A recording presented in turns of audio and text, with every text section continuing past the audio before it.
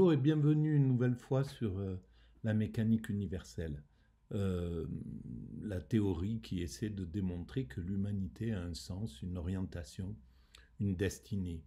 Nous construisons une sorte de paradis pour nos futurs descendants. On amène doucement l'humanité vers son ultime perfection. Depuis que nous nous sommes séparés des autres primates, l'humanité évolue dans ce sens-là et pour l'instant l'humanité n'en a pas pris conscience de façon claire et scientifique et précise, mais on n'est pas très loin de cette prise de conscience qui marquera la fin de l'évolution par antagonisme et donc la paix universelle, etc. Tout ce qu'on peut imaginer derrière une évolution symbiotique. Voilà. Alors, je vais reprendre le travail que j'ai entrepris sur Ainsi parlait Zarathustra, la lecture sur le livre Littérature audio. Pardon. Euh, et donc, voilà, j'écoute et puis je fais des commentaires atypiques en lien avec la mécanique universelle. J'essaye de comprendre cette œuvre magistrale et poétique et extraordinaire de Nietzsche. Ainsi parlait Zarathustra. Alors on y va. Hop. 6. Du pâle criminel. Vous ne voulez point tuer, juges et sacrificateurs, avant que la bête n'ait hoché la tête. Voyez, le pâle criminel a hoché la tête. Dans ses yeux parle le grand mépris. Mon moi est quelque chose qui doit être surmonté. Mon moi, c'est mon grand mépris des hommes. Ainsi parlent les yeux du criminel. Ce fut son moment suprême, celui où il s'est jugé lui-même. Ne laissez pas le sublime redescendre dans sa bassesse. Il n'y a pas de salut pour celui qui souffre à ce point de lui-même, si ce n'est la mort rapide. Votre homicide, ô juge, doit se faire par compassion et non par vengeance. Et en tuant, regardez à justifier la vie. Il ne suffit pas de vous réconcilier avec celui que vous tuez. Que votre tristesse soit l'amour du surhumain. Ainsi vous justifierez votre survie. Dites ennemi et non pas scélérat. Dites malade et non pas gredin. Dites... Là, c'est vraiment intéressant. C'est dites ennemi et non pas scélérat. Dites malade et non pas gredin.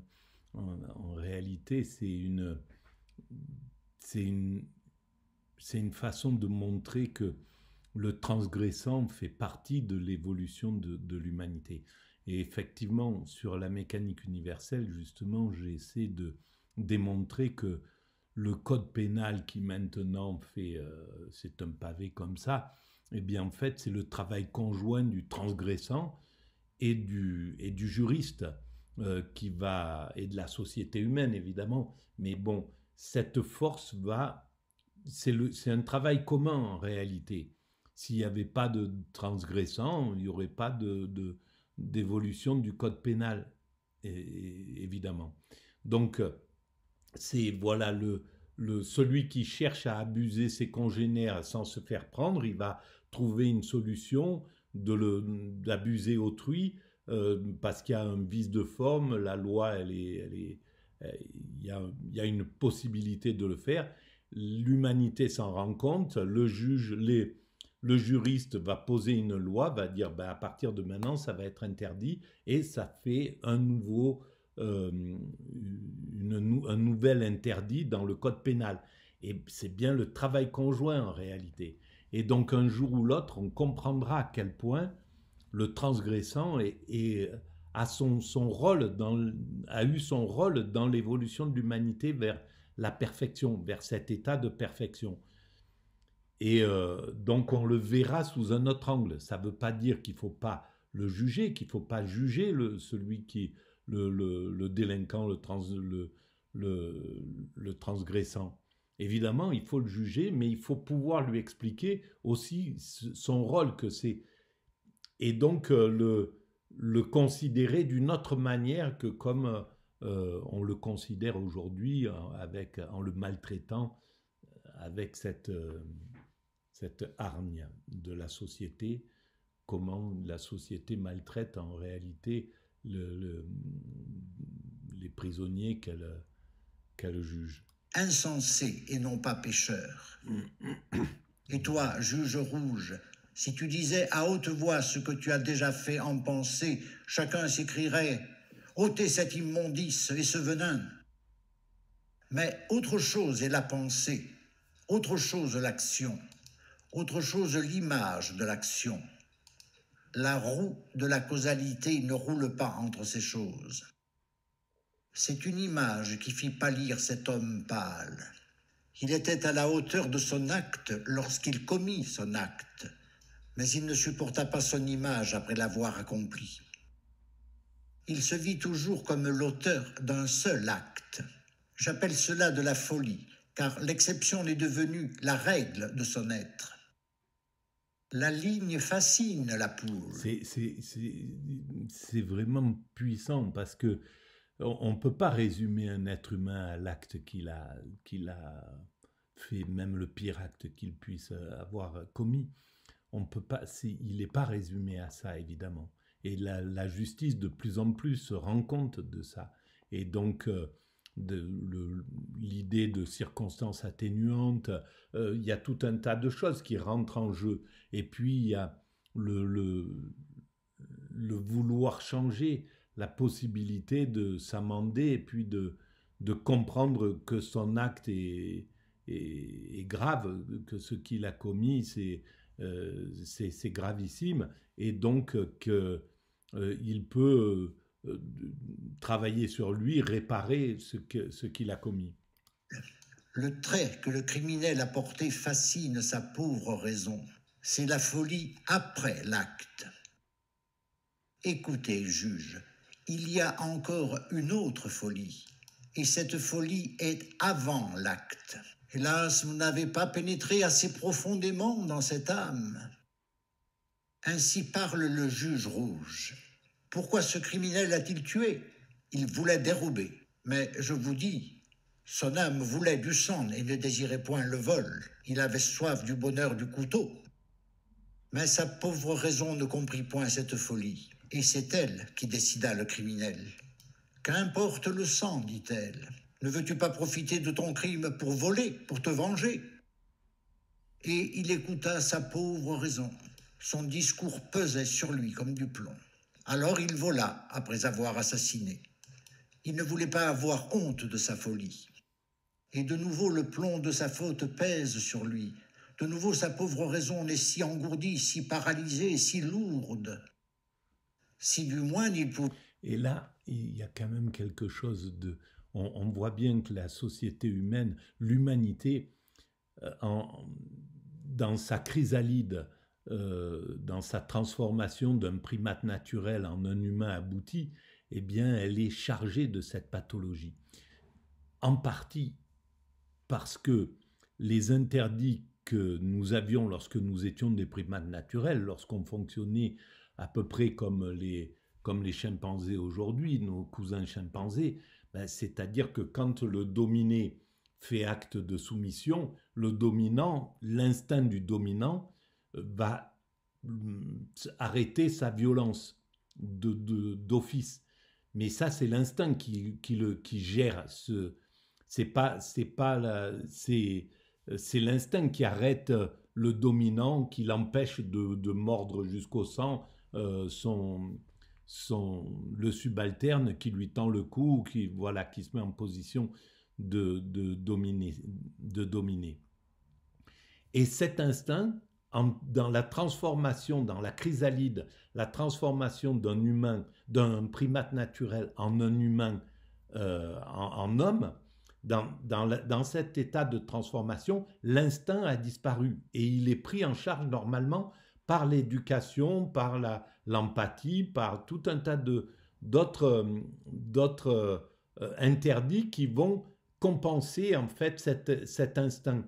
Mais si l'éducation n'est pas réalisé correctement, si la transformation n'est pas faite comme il faut, eh bien, l'homme peut torturer, peut aller, il n'y a rien qui l'arrête en réalité. S'il n'a pas peur du gendarme, s'il n'a pas été, si on n'a pas développé son niveau d'empathie, le respect d'autrui, etc., tout ce qui doit prendre en charge l'instinct qui a disparu dans l'homme, eh bien si ça n'existe plus, si l'instinct n'est plus là, et qu'il n'y a pas eu en contrepartie l'éducation, un être humain peut aller dans la pire des choses, torturer, tuer, etc., etc. Et donc c'est bien une pathologie en réalité. Et Nietzsche, je pense qu'il a compris ce mécanisme-là. Il secouer la tête, son fardeau roulerait en bas. Mais qui secouera cette tête? Qu'est cet homme? Un monceau de maladies qui, par l'esprit, agissent sur le monde extérieur. C'est là qu'elles veulent leur butin. Qu'est cet homme?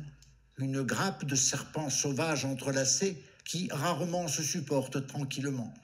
Alors ils s'en vont chacun de son côté chercher leur butin de par le monde. Voyez ce pauvre corps, ses souffrances et ses désirs. Sa pauvre âme essaya de les comprendre. Elle crut qu'ils étaient le plaisir et l'envie criminelle d'atteindre le bonheur du couteau.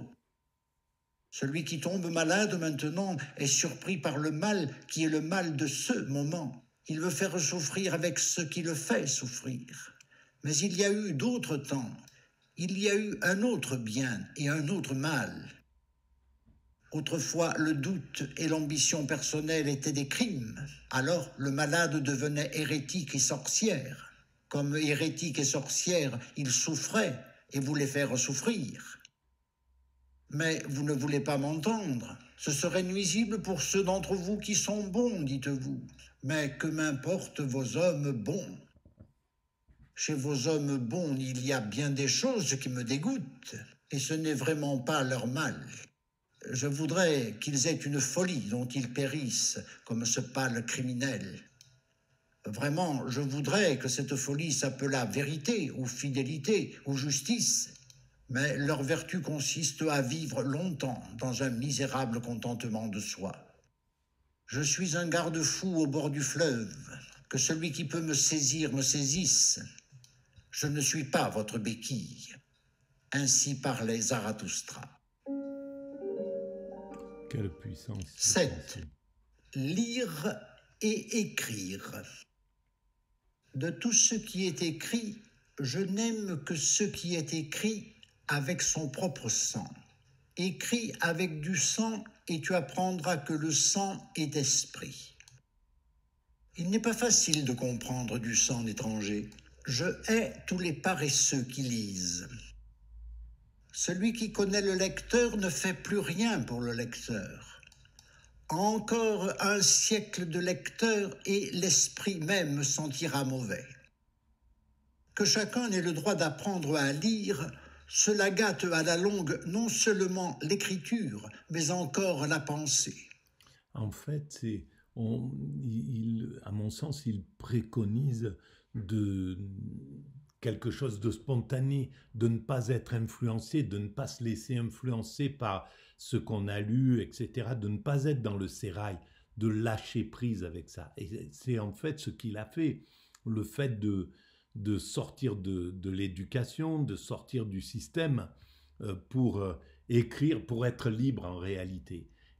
Et c'est clair qu'il n'avait pas besoin de lire à outrance, d'apprendre sa théorie, sa créativité était suffisamment subversive et suffisamment créatrice pour se suffire à elle-même d'une certaine façon. Et d'ailleurs, il n'y a pas beaucoup de références dans Ainsi parlait Zarathustra ou dans ses ouvrages.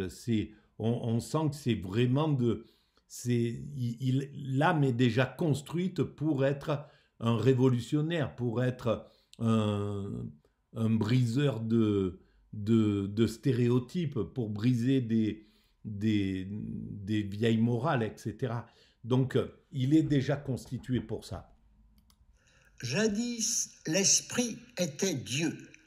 Puis il devint homme. Maintenant, il s'est fait populace. Celui qui écrit en maxime avec du sang ne veut pas être lu, mais appris par cœur. Sur les hautes montagnes, le plus court chemin va d'un sommet à l'autre. Mais pour suivre ce chemin, il faut que tu aies de longues jambes.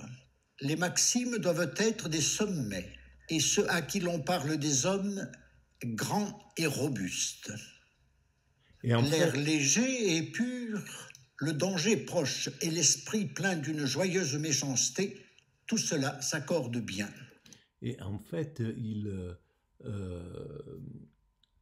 même ainsi parler Zarathustra, c'est quasiment un livre de maximes. Simplement, c'est bout à bout et ça ressemble à un roman, à un livre, quoi. Mais c'est dense comme les maximes. C'est ça qui est incroyable, son travail. Je veux avoir autour de moi des lutins, car je suis courageux. Le courage qui chasse les fantômes se crée ses propres lutins. Le courage veut rire. Je ne suis plus en communion d'âme avec vous. Cette nuée que je vois au-dessous de moi, cette noirceur et cette lourdeur dont je ris, c'est votre nuée d'orage. Vous regardez en haut quand vous aspirez à l'élévation, et moi je regarde en bas puisque je suis élevé. Qui de vous peut en même temps rire et être élevé? Celui qui plane sur les plus hautes montagnes se rit de toutes les tragédies de la scène et de la vie. Courageux, insoucieux, moqueur, violent, ainsi nous veut la sagesse. Elle est femme et ne peut aimer qu'un guerrier. Vous me dites, la vie est dure à porter. Mais un guerrier, c'est, voilà, joyeux. Un guerrier, en fait, c'est... Je pense que le terme, c'est pas le terme. On peut l'utiliser comme on veut, ce terme-là. C'est le guerrier de soi-même, celui qui accepte d'être le plus naturel, d'écarter tout ce qui empêche sa nature de se faire. Mais par exemple, pour Nietzsche, c'est pas de devenir un guerrier militaire, c'est de devenir un guerrier littéraire, d'une certaine manière, dans l'écriture, d'être libre de faire ça. C'est l'enfant en réalité. Et donc, c'est plus un guerrier, c'est pas le guerrier, le militaire, le soldat, voilà, c'est autre chose. Pourquoi auriez-vous le matin votre fierté et le soir votre soumission? La vie est dure à porter, mais n'ayez donc pas l'air si tendre. Nous sommes tous des ânes et des ânesses chargés de fardeaux. Qu'avons-nous donc de commun avec le bouton de rose qui tremble, puisqu'une goutte de rosée l'oppresse? Il est vrai que nous aimons la vie, mais ce n'est pas parce que nous sommes habitués à la vie, mais à l'amour. Il y a toujours un peu de folie dans l'amour, mais il y a toujours un peu de raison dans la folie. Et pour moi aussi, pour moi qui suis porté vers la vie, les papillons et les bulles de savon, et tout ce qui leur ressemble parmi les hommes, me semble le mieux connaître le bonheur. C'est lorsqu'il voit voltiger ces petites âmes légères et folles, charmantes et mouvantes, que Zarathustra est tenté de pleurer et de chanter. Je ne pourrais croire qu'à un Dieu... C'est bien son hypersensibilité qui est présente là. Il a dû ressentir cet état devant la contemplation du monde, de la beauté du monde, d'être tenté de pleurer, de prier. Donc il y a quelque chose de... c'est ça en réalité, ne pas avoir peur de ce qu'on est, et lui y compris dans son hypersensibilité. Dieu qui saurait danser. Et lorsque je vis mon démon, je le trouvais sérieux, grave, profond et solennel. C'était l'esprit de lourdeur. C'est par lui que tombe toute chose. Ce n'est pas par la colère, mais par le rire que l'on tue. En avant, tuons l'esprit de lourdeur. J'ai appris à marcher. Depuis lors, je me laisse courir. J'ai appris à voler. Depuis lors, je ne veux pas être poussé pour changer de place. Maintenant je suis léger, maintenant je vole. Maintenant je me vois au-dessous de moi. Maintenant un Dieu danse en moi. Ainsi parlait Zarathustra. Alors, on va arrêter là, mais c'est pour cette vidéo. Mais euh, donc, je pense qu'il a vécu cette libération et sans doute cet état extatique d'une certaine façon. Alors, peut-être pas la sensation de l'extase euh, totale, mais une véritable sensation de libération, d'être libre, totalement libre et affranchi de toute peur, de toute angoisse. Il a dû vivre ces instants-là qui ont amené ces phrases aussi puissantes. Et on sent que bon, la danse, voilà, on peut vraiment imaginer Nietzsche en train de danser dans son euphorie, après avoir écrit quelque chose, après avoir découvert des concepts, des idées, et se mettre à danser, être dans cette légèreté, cette joie intense. La création peut entraîner ce genre de choses, surtout pour l'hypersensible, en fait. Donc là, celui qui est le guerrier, bon, on va voir en avançant dans cette philosophie ce qu'il y a derrière ce guerrier, derrière ce surhomme, derrière ce surhumain. On va essayer on va avancer. Bon, ça va prendre beaucoup de temps, mais on essaiera d'aller au bout. Voilà, je vous remercie et je vous dis à très bientôt.